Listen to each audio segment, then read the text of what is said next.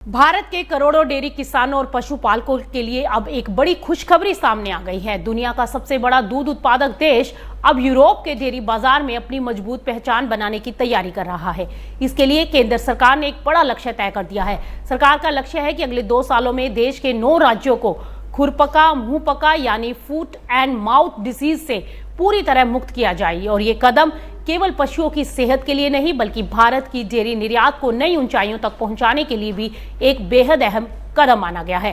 केंद्रीय मत्स्य पालन पशुपालन एवं डेयरी मंत्री राजीव रंजन सिंह के अनुसार पंजाब, हरियाणा, महाराष्ट्र समेत कई प्रमुख पशुपालक राज्यों में इस अभियान को तेज गति से चलाया जा रहा है।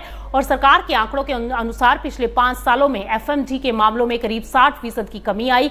वहीं अब तक 107 करोड़ से ज्यादा टीके पशुओं को लगाए जा चुके हैं, जिससे बीमारी पर कंट्रोल करने में बड़ी सफलता मिली है। और इस अभियान की सबसे बड़ी खासियत यह है कि एफएमजी मुक्त होने के बाद भारतीय दूध और डेयरी उत्पादों के लिए यूरोपीय बाजार के दरवाजे और ज्यादा खुल जाएंगे।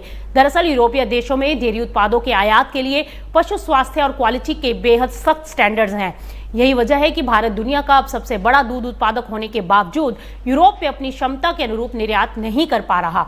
अब सरकार का यह मानना है कि यदि ये मिशन सफल रहा तो भारतीय डेयरी उत्पादों को अंतर्राष्ट्रीय बाजार में नई पहचान मिलेगी। इससे एक्सपोर्ट बढ़ेगा और किसानों को बेहतर कीमत मिलेगी और डेयरी सेक्टर की आय में भी बड़ा इजाफा हो सकता है। यानी ये पहल केवल एक बीमारी को खत्म करने का अभियान नहीं बल्कि भारत के डेयरी सेक्टर को विदेशी बाजार में नई ताकत देने की दिशा में एक बड़ा कदम साबित हो सकता है।